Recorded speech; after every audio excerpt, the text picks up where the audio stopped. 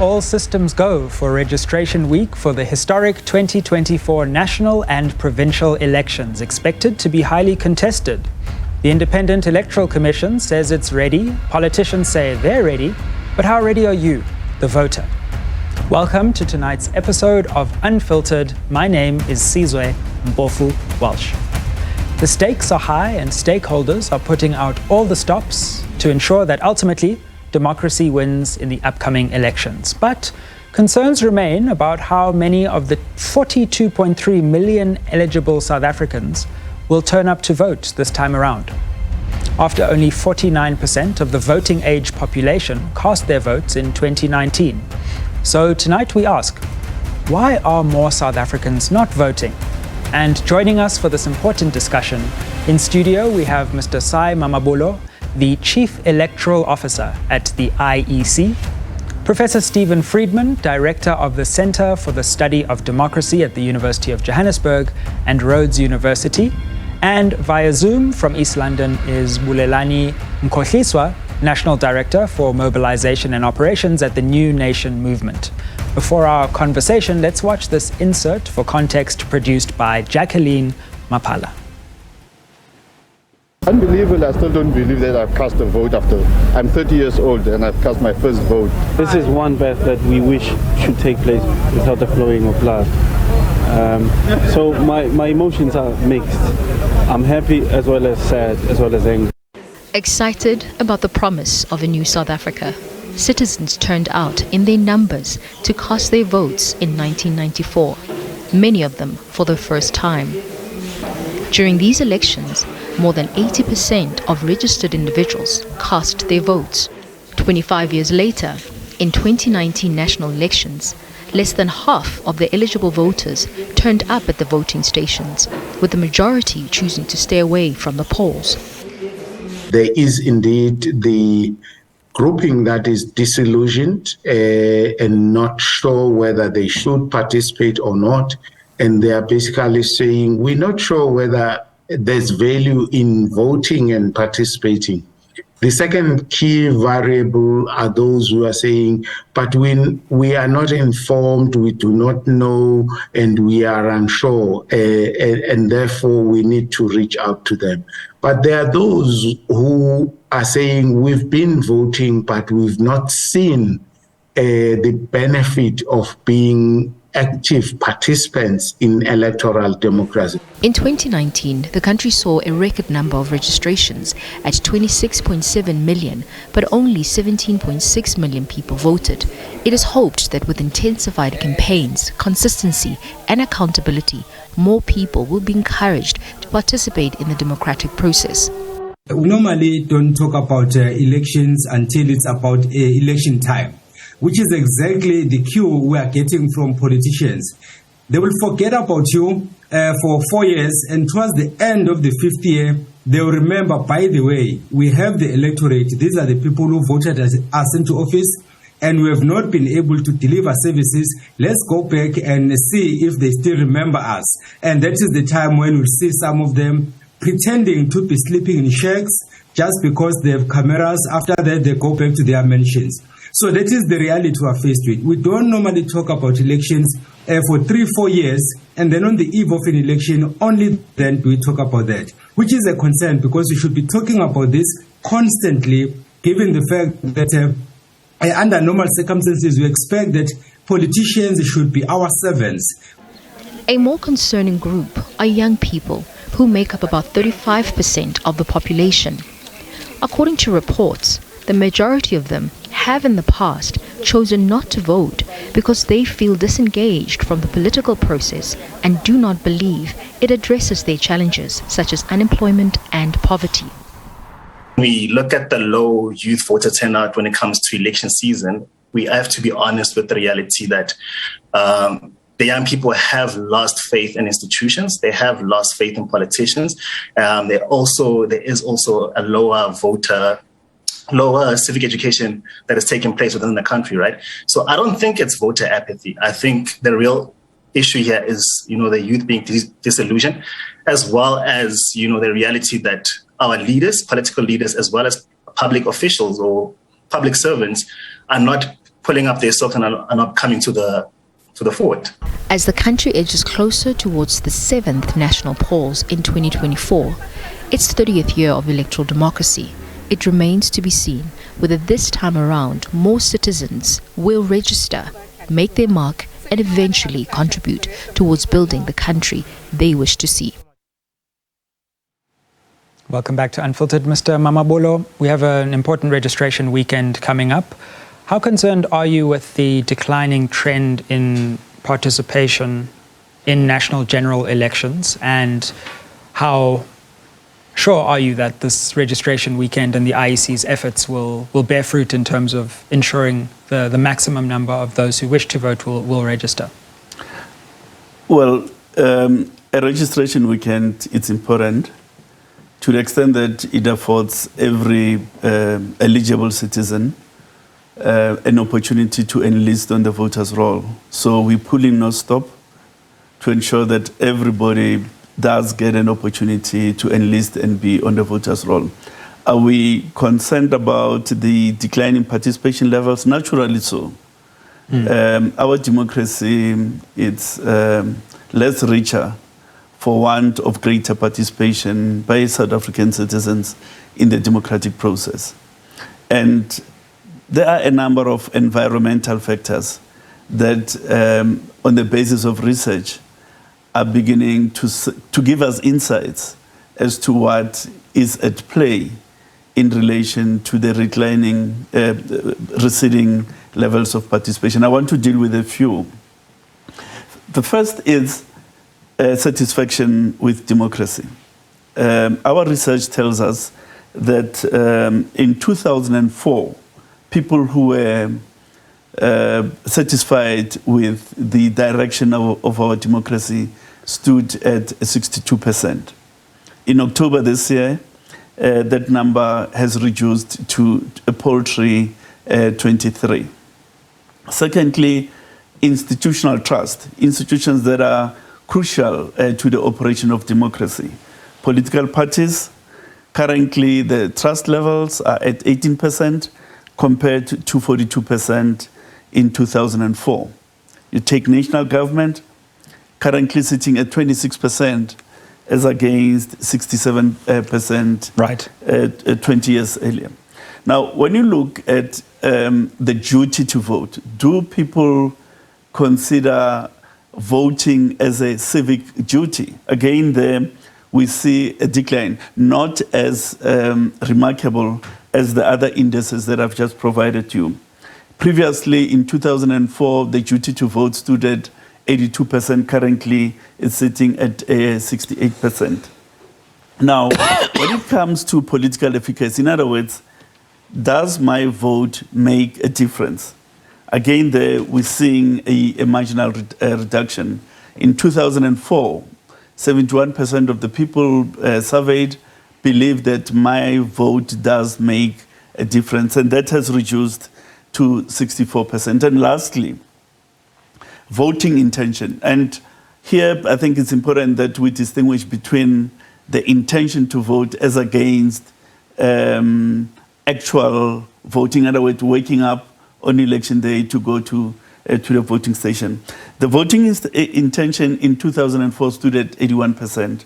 In the recent research that was done in October, it is now at 67%. Right. But even if we get that 67%, it will still be better. Sure, absolutely. Professor Friedman, given that we are seeing a trend downwards in voter registration, there's a lot of panic about this, but on the other hand, we're quite similar to other democracies around the world. To what extent do you think we should be worried, or is this just a natural trend towards less participation in the democracy? Yeah, thanks, Cesar. Just one correction before we start. I don't have any connection with roads anymore. I'm purely a UJ professor. Ah, well. Wouldn't like my employer to feel they're sharing me. Absolutely. Well, I'm sure Rhodes University feels very disappointed. Well, be that as it may, yeah. Look, I think the first point to make is you're correct. Historically, since 1994, our levels of participation have been high internationally. And the figures that Simon Babolo is reading out would be regarded as pretty normal in many functioning democracies. That doesn't mean we don't have a problem. It means, as you correctly say, that we don't need to exaggerate that problem. I mean, first of all, let me say something before I come to that about youth voting as well. I think since 1994, people have been telling me that young people in this country are particularly switched off from politics. Our level of registration and participation by young people is pretty average by international standards, because we tend to find that young people get more interested in being prepared to vote later on in their lives in the main. However, we do have a problem. Unfortunately, it's not a problem that's easily solved. And the problem is that we have a huge hole in our politics. The kind of party alignments that have existed now are not fit for purpose anymore. So that, for example, you have a situation where, rightly or wrongly, and a lot of the decline in participation is about this. You have people who traditionally voted for the governing party who don't feel any confidence anymore, and rightly or wrongly don't feel there's anybody else they want to vote for. So, it shows up in the figures, they stay at home rather than coming. It's a very interesting trend we find, incidentally. Opposition voters in this country, if they're fed up with their traditional opposition party, go and vote for somebody else. Governing party voters stay at home. And that's because we do not have a party yet who traditional ANC voters in the required numbers feel they can switch their vote to. We also have other gaps in our politics, which none of us in this room can fill. From my side, we're generalizing to a certain extent. Black middle-class voters in this country tend to feel that they're unrepresented, that there's nobody really there who speaks for them. Similarly, we don't really have a serious left party in this country. I mean, we have parties which pretend to be, but most people see through that. And therefore, the problem is that it's not that people are fed up with politics. They may express it as a lack of interest in democracy. They just don't feel that they have the choices that they want. And until that changes, we may be stuck with declining levels of participation. And I guess at some stage you reach a situation where we're not above the world average anymore. Mr. Mkhohliswa, it's an interesting point, because often we look at this from the perspective of the supply, if you will. Is the IEC making sure that registration is as available as possible? But there's a demand question, which Professor Friedman raises, which is, do people actually want to get out and vote for any of the options? In terms of that balance, where do you think the problem lies in terms of the declining participation of the eligible electorate in our elections? Well, thank you so much, Cesar, for having us to be part of this critical conversation.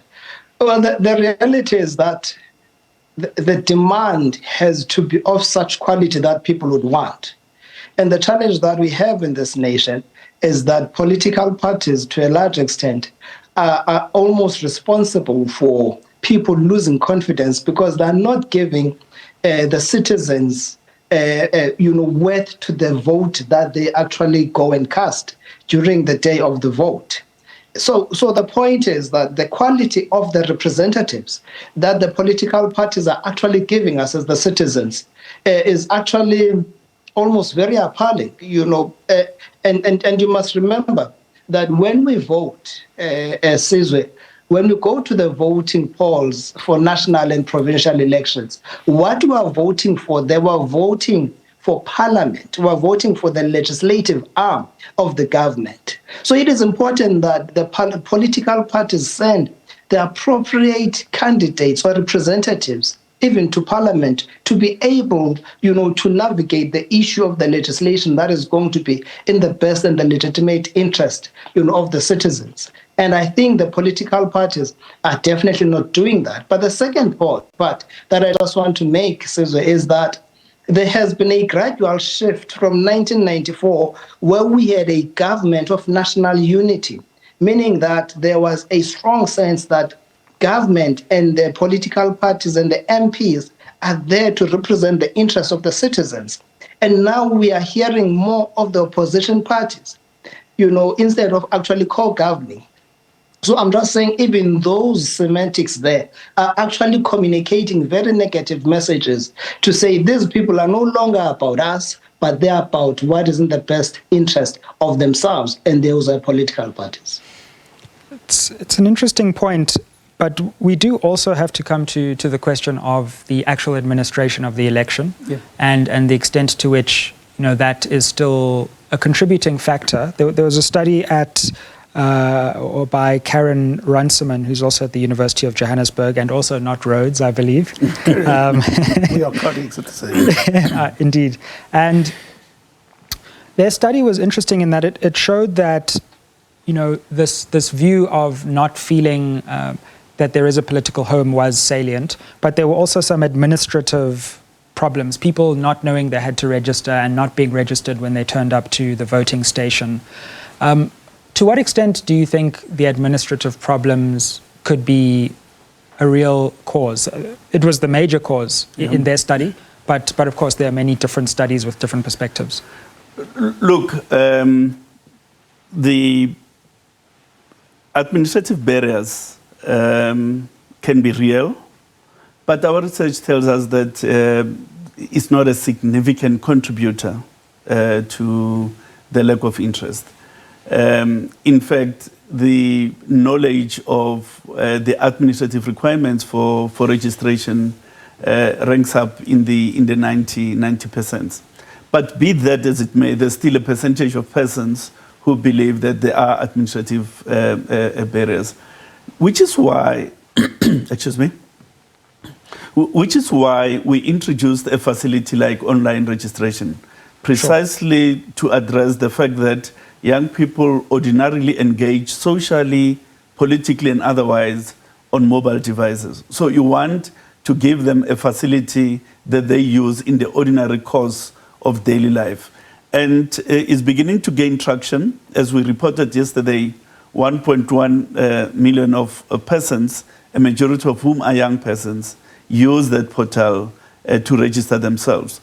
We believe that over this weekend, it will be used extensively and well into the new year towards the elections. Indeed. Well, let's hope so. Let's cut to a break. We're discussing why more South Africans aren't voting, whether that is a problem or a crisis, or whether that is a normal situation in an older democracy. Of course, we have a registration weekend coming up and an important election looming. Stick with us. We'll be back after the break.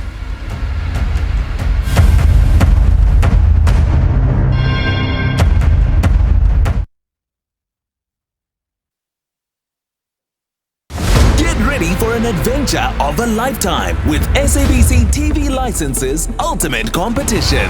Feel the pulse-pounding excitement of a Bundesliga match live on an all-expenses-paid journey you'll never forget. Or embrace the rhythm of your dreams at the Coachella Music Festival. The choice is yours. A football fan's paradise or a music lover's haven.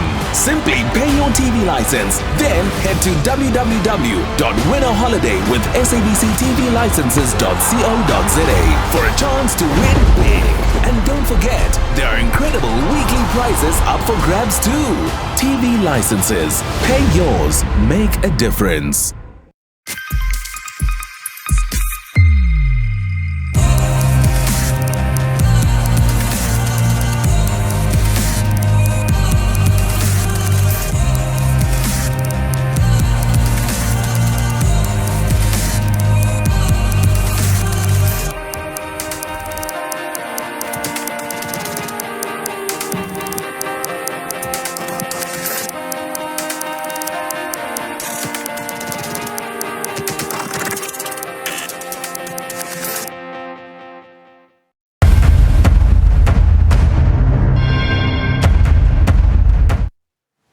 Welcome back to Unfiltered. We're discussing the electorate in South Africa, voter participation, and accusations of voter apathy in South Africa. How true are they? And should we be worried that more South Africans aren't voting?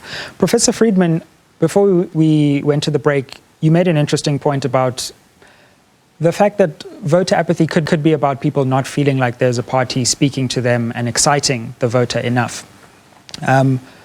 What's interesting, though, is that every election there seem to be more and more parties and participation gets less and less. So there's some strange disconnect where we have more options, but less people feel inclined to take one of those options. Yeah, because I think people feel that they're not real options. I mean, generally,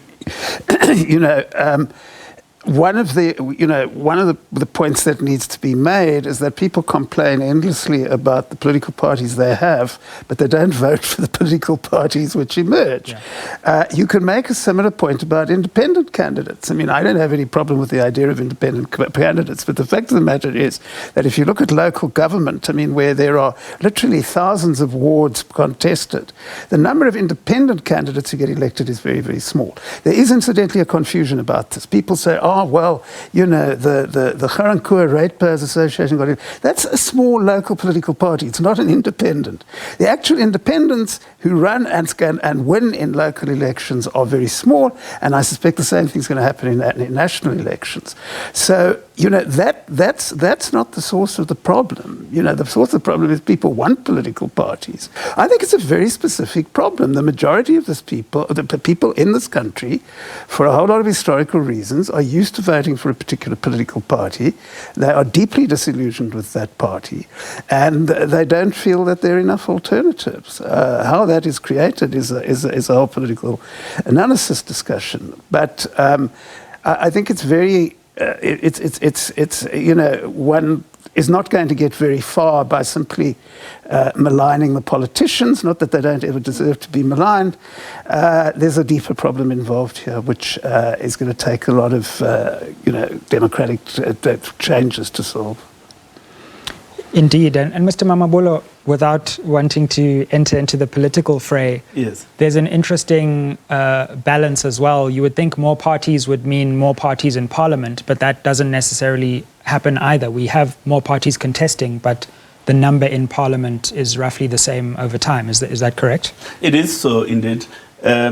Let's cast back our minds to 1994. About 16 parties participated then. About 14 of them made it into the House. Fast forward to 2019, 46 parties.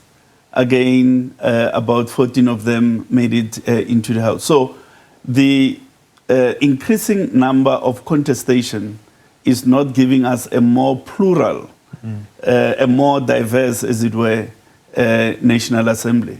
So the growth in the number of contestants is not leading to a greater diffusion of political views in the National Assembly. Mr. Khohliswa, of course, the New Nation movement has played a seminal role in trying to open up the political space to independent candidates as well. What's your view on the assertion that may just add more noise and not necessarily more choice? Well, I think, Susan, I just want maybe to go back to the question that you just posed to Brasai here. And if you look at the percentages, I mean, if in 1994 we had 16 political parties that contested and 14 were able to get into the House, it means we're literally sitting in the 90s, in terms of the conversion of people that were really legitimate representatives of the citizens. And then you fast forward to 2019, where there were about 48 that contested and only 14 were able to go in. And I think the issue there is that if you look at the bulk of the new political parties are people that were members of the existing political parties. And I think they were disgruntled within those political parties, whether it's within the system or how the whole thing was administered. But the issue there, it shows that they are not necessarily new entrants into that space who are going to bring a different flavor. So I think people are getting the sense that no, you may be calling yourself something different, but the reality is that you're an extension of the ANC or of the DA or of the EFF. So I think I just wanted to make that point. Sure. But again, when we went to the Constitutional Court to challenge the constitutionality of our electoral laws, our major issue of contention was there is a challenge of the legitimacy of representation. So the political parties that we are sending to Parliament And they're sent by us. And I mean, we have to take responsibility as the citizens. But the reality is that the legitimacy of those political parties is highly questioned in the sense that we have a closed party system. Political parties dictate as to how they're going to run their house, and then the next thing they come to us. And because there's nothing else that the citizens can to actually put people that they want. So when we went to the Constitutional Court to challenge our electoral laws, we were hoping that a space would be created for citizens that are going to really carry more legitimacy, for the space to be opened up for them. And unfortunately, Parliament has literally slammed the door shut, for communities that would want to contest, for these upcoming elections. And again, Professor Friedman was talking about the impact of independent candidates. We share the same sentiment. I mean, if major political parties that are over 100 years old, can operate in a manner that they are, how much more and be corrupted, let's be also precise.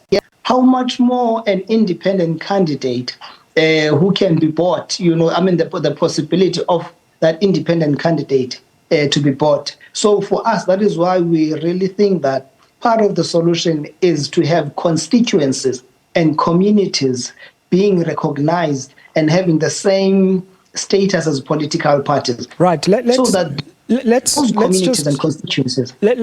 question because it's an important debate as well. And Professor Friedman, you've weighed in on this in a report because there are some who say actually it's the system. People don't feel that they're represented, and that's why they're not voting.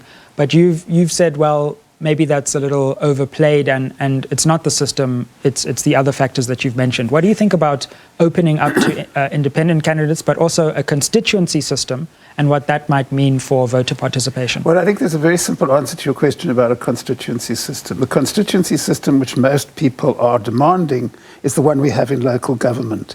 And local government tends to be the level of government which voters get most angry about. So I don't think you would seriously persuade most South Africans that local government is the most responsive and democratic sphere of government that we have in this country. There's also lower participation in local elections. And there's also lower participation. Look, what you're referring to is a report I wrote some years ago in which I looked at this internationally, and what I found quite simply was that the claim that you could change the way politics operated by changing the electoral system was simply wrong.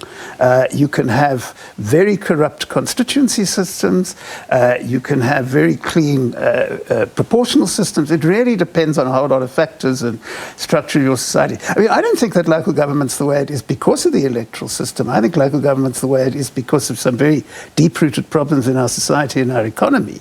But my point is that, putting in that electoral system with people having 50% of their votes go to a constituency representative hasn't changed anything at all. Mr. Mamabolo, just before we go to a break, what's your view on the systemic factors? And do you think that a change in the system of voting could aid greater participation? Mr. Mkhohliswa has raised this important point of the system itself, the electoral system. Yes, my brother, Mr. Mkhohliswa, they went to the court, and I think they presented a very compelling case, and they've done well. The issue, though, is that there tend to be a misconception broadly in society that the ills inherent in our political system will necessarily be resolved by amendments or revisions to the electoral system. I think research is beginning to tell us that political culture and certain historical factors which influence that political culture would not necessarily change because of changes in the electoral system. All systems have their merits and they have their demerits. But we have to elaborate a system that speaks to the South African reality, that responds to the South African history and where we come from as a people, and that addresses the challenges of South Africans going forward. Mindful that, as I say, all systems have their virtues and they have their drawbacks. Indeed, and Mr. Mkhohliswa, we will allow you to come back on that question. We're discussing why more South Africans aren't voting. Is that a normal, natural thing as a democracy unfolds, or should we be worried about the trends towards lesser participation over time, especially since 2009? Stick with us. We'll get to further questions of solutions and the future and the 2024 election when we come back.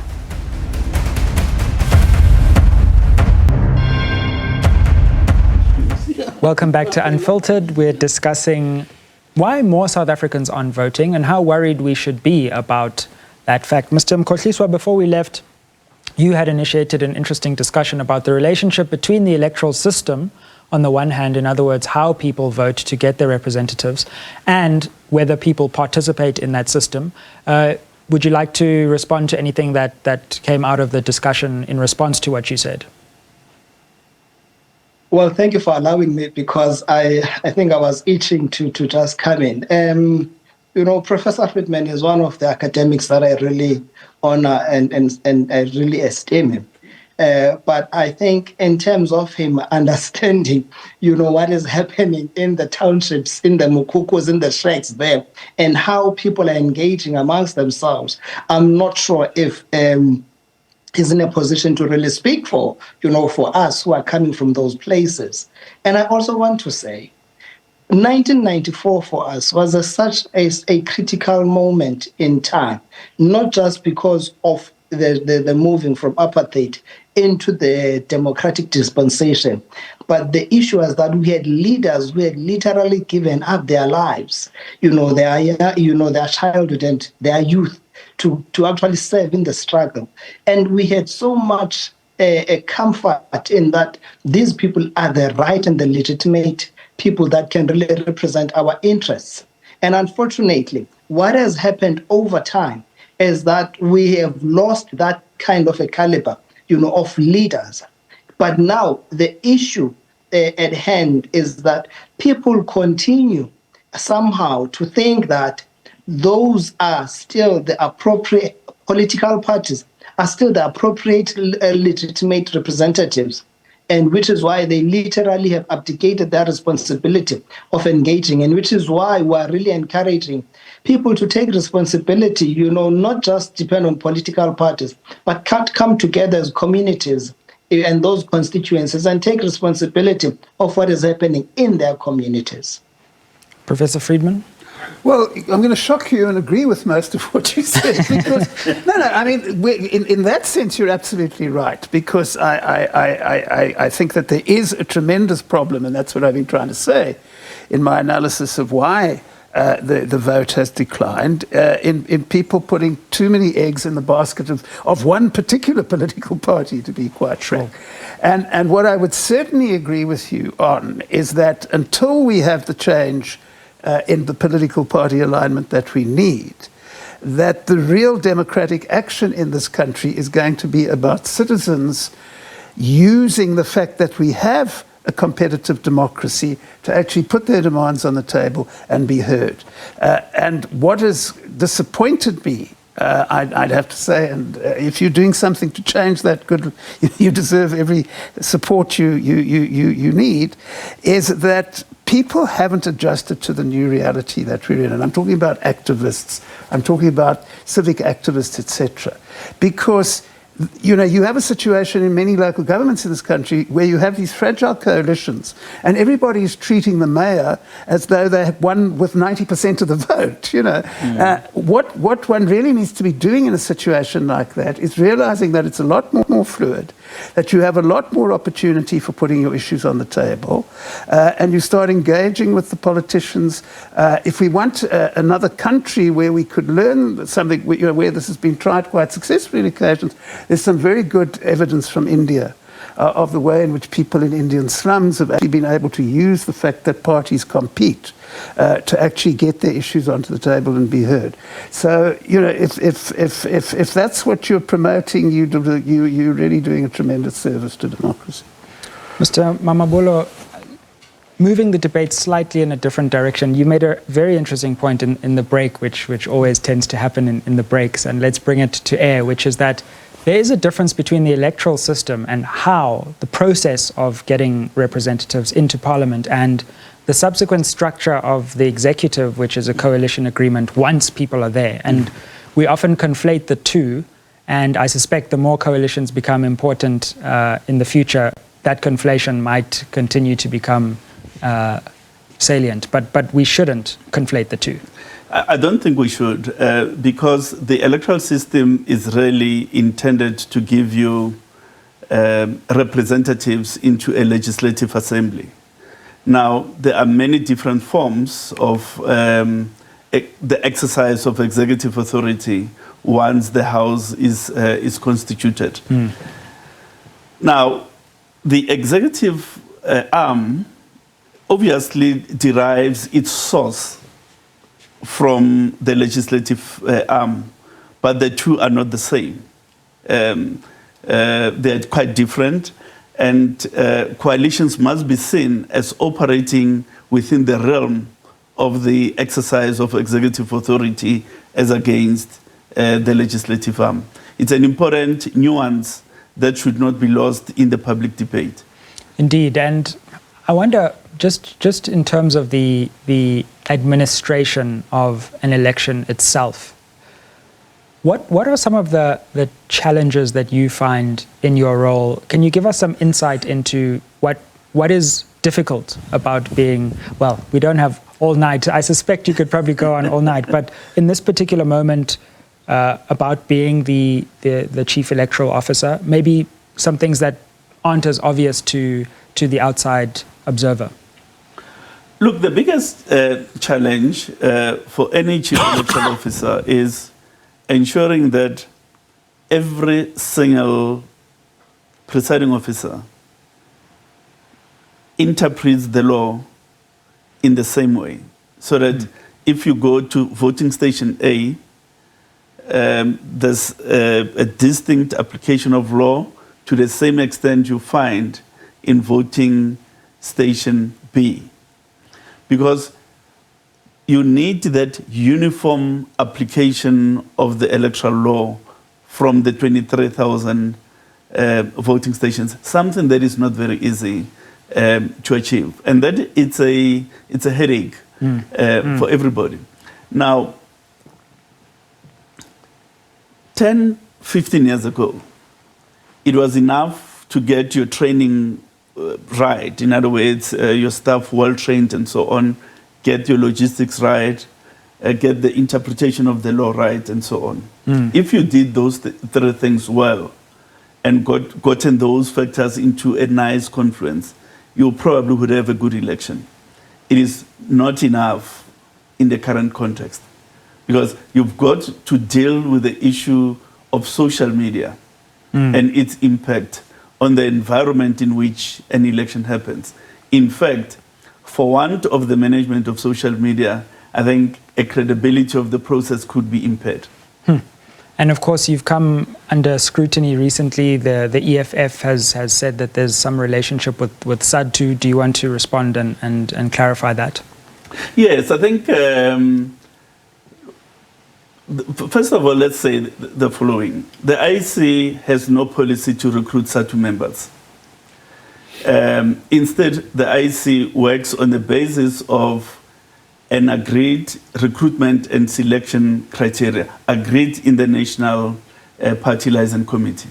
Now, in terms of that criteria, one of the factors is that if you hold a high political profile, you are an executive member of a union that associates itself with the political parties, you may not be appointed. Sure. Now, once the recruitment is done, all the lists of presiding officers and deputy presiding officers are presented before party liaison committees.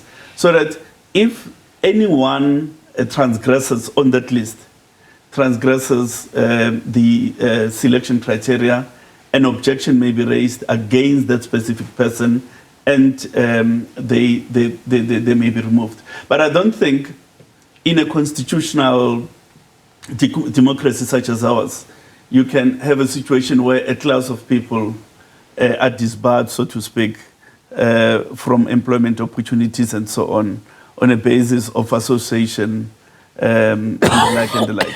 What is important is that on an individual basis, given the high profile in politics, high profile in the union perhaps, and so on, an objection can be raised and those people be removed. We don't know. We don't have a database of members of unions, for instance. We don't know who is affiliated to which union and who's not affiliated to another union. The last point is sure. For this weekend, we are employing just under 70,000 officials. 50,000 of those, 50,200 of those are in fact young persons who are unemployed. Can we leave it there for now, because we have one last segment to go after the break, and I do want to come on to this weekend after that. So, yep. So on that note, let's cut to a break. We'll be back to discuss the registration weekend coming soon. Stick with Unfiltered.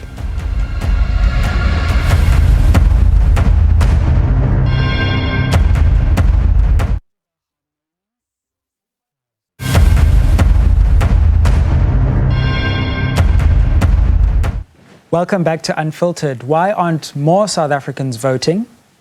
Is that a real problem, or is it just the natural consequence of an older democracy? Well, with an important voter registration weekend coming up in South Africa and an all-important election in 2024, we're speaking to expert panelists on that question. And Mr. Nkhohliswa, where to from here? Of course, there's still some doubt hanging over the impending judgment, the electoral system, exactly how that's going to pan out for 2024. As we look towards the future, what do you think that voters should be taking account of ahead of 2024 that would make it a different election to previous elections? Well, I think there's a critical point that Prasai made earlier, that sometimes we think the solution is in changing and amending the electoral laws, even though that may not necessarily be a silver bullet. Sure. But at least it allows, people to be able to make a contribution in the legislation that is going to make maybe a positive difference, we hope.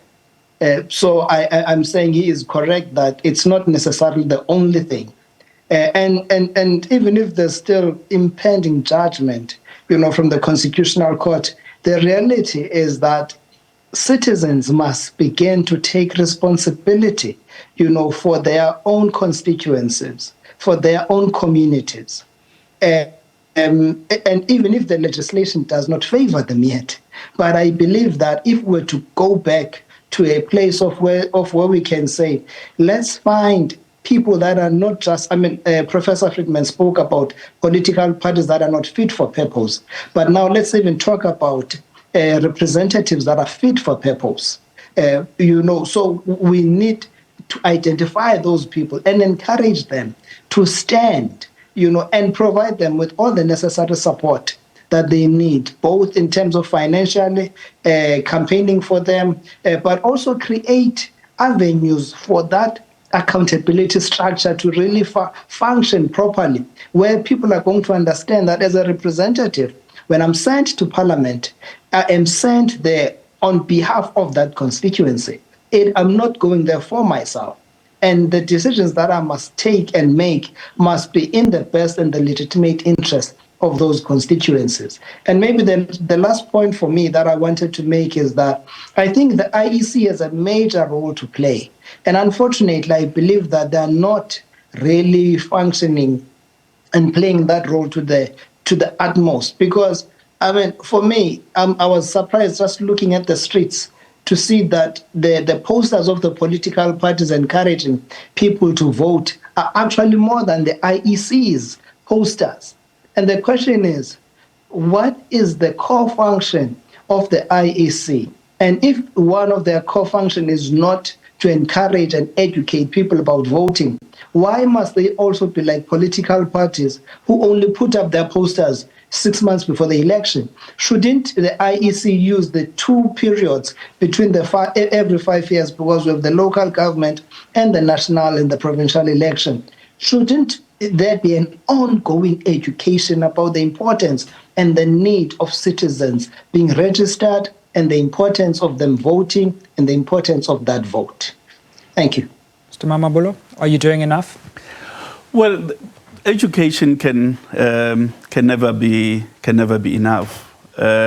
Yet the Commission has programs that are running. We've got over 4,000 democracy education facilitators in communities. They are engaging with communities on a daily basis. We have a community radio station program where people phone in, ask questions, some of them difficult, and so on. We do have a web chat where we engage with young people. We do have a WhatsApp line where we give voter education and so on. We will also be having programs on SABC TV, SABC radio, where we give people detailed information about how the electoral system is going to be working. Now, my colleague is raising the issue about the posters. Of course, you've got to see the posters in a context of a media mix. You've got to look at what we're doing on radio. You've got to look at what we're doing on TV and other platforms. You can't just isolate one medium and take that to be the totality of the whole. Could I ask you on that? Because I'm also mindful that your funding is not as you would wish it to be. To what extent are budgetary constraints hampering the IEC's ability to do everything it wants to do?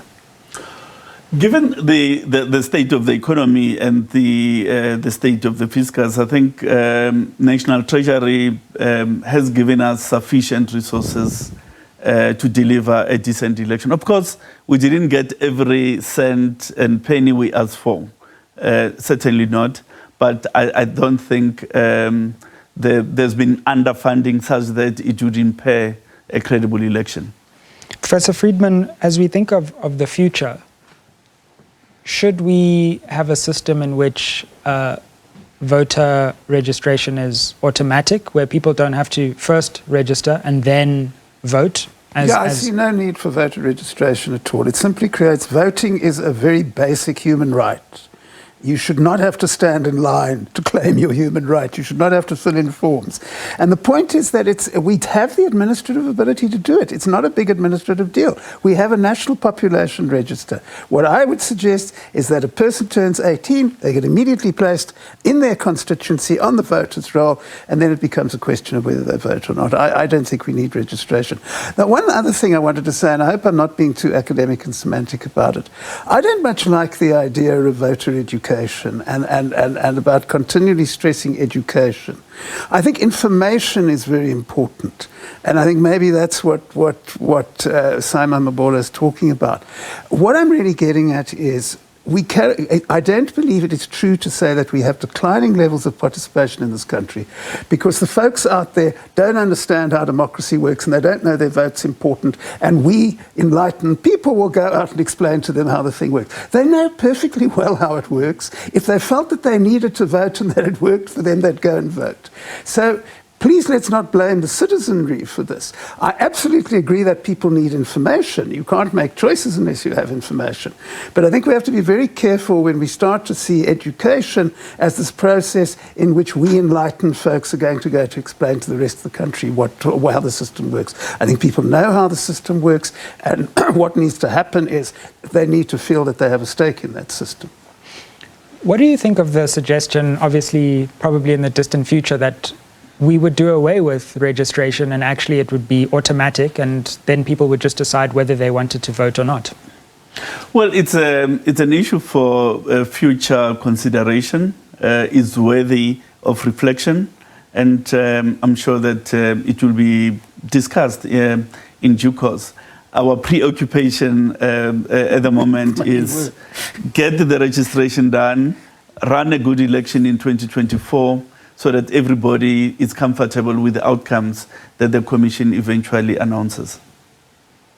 Absolutely. And Mr. Mkhohliswa, what are your thoughts on that proposal of, in the future, for future elections, an automatic kind of registration, and then we move on to the business of voting without the intermediary step? I fully concur with Professor Friedman, because I think for me it's an issue of efficiency, because when you turn 18 or when you get to a state of being eligible to vote, you have the ID, you have your ID now, you have all the things that you need. So it's a matter of just being plugged into that space instead of creating another, a legislative framework or a hurdle for people to actually have to overcome before they can actually go to vote, when they're eligible. But maybe two more things from me quickly as I close. According to the South African Council of Churches, there is a church in each ward in this country. And I think one of the issues that people have with SADTU is that SADTU is part of the tripartite alliance in the form of being a member of COSATU. So there is a question of biasness that comes from that place. So maybe I want to put it to Prasai here to say, can also churches be considered, as places, as voting stations?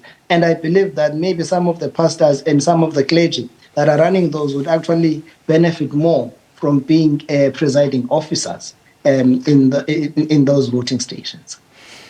Professor, Thank you. Sure, Professor Friedman. As we wrap up, any final thoughts? We are running out of time, but final or concluding thoughts for the show. I just want to go back and stress the point that, look, first of all, I think that, and if people don't want to do this, it's their right. But I would simply ask my fellow citizens to consider the whole idea of tactical voting, that as the election comes along, you may not be entirely happy with all the parties, but maybe it's worth sitting down and saying, look, if I vote for party X, I might get some outcomes that I prefer. I think that's worth thinking about. But I just want to go back and reiterate my point that if you're dissatisfied with the process and you don't think the parties are representing you, you are still a citizen, you still have a voice, and you need to exercise that voice. And the fact that there is competition between parties in this country will help you to do that.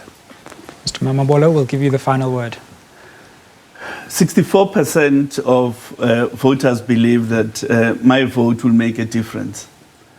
So it is important that we register over this weekend and take advantage of that constitutional position of influencing the political direction of the country by voting for any political party you believe will charter new horizons for the South African public. Thank you very much for joining us, Mr. Mamabolo, Mr. Mkhohliswa, Professor Friedman, for a wide-ranging and fascinating conversation. South Africans have a unique opportunity this weekend to exercise their right to vote, first by registering to vote. And let's hope that this weekend delivers a resounding number of registrations for an all-important election in 2024. Let's continue this conversation on social media at Unfiltered SABC, and be sure to stay for more installments of Unfiltered News, Unfiltered Views, and Unfiltered Conversations. Hope you have a good night.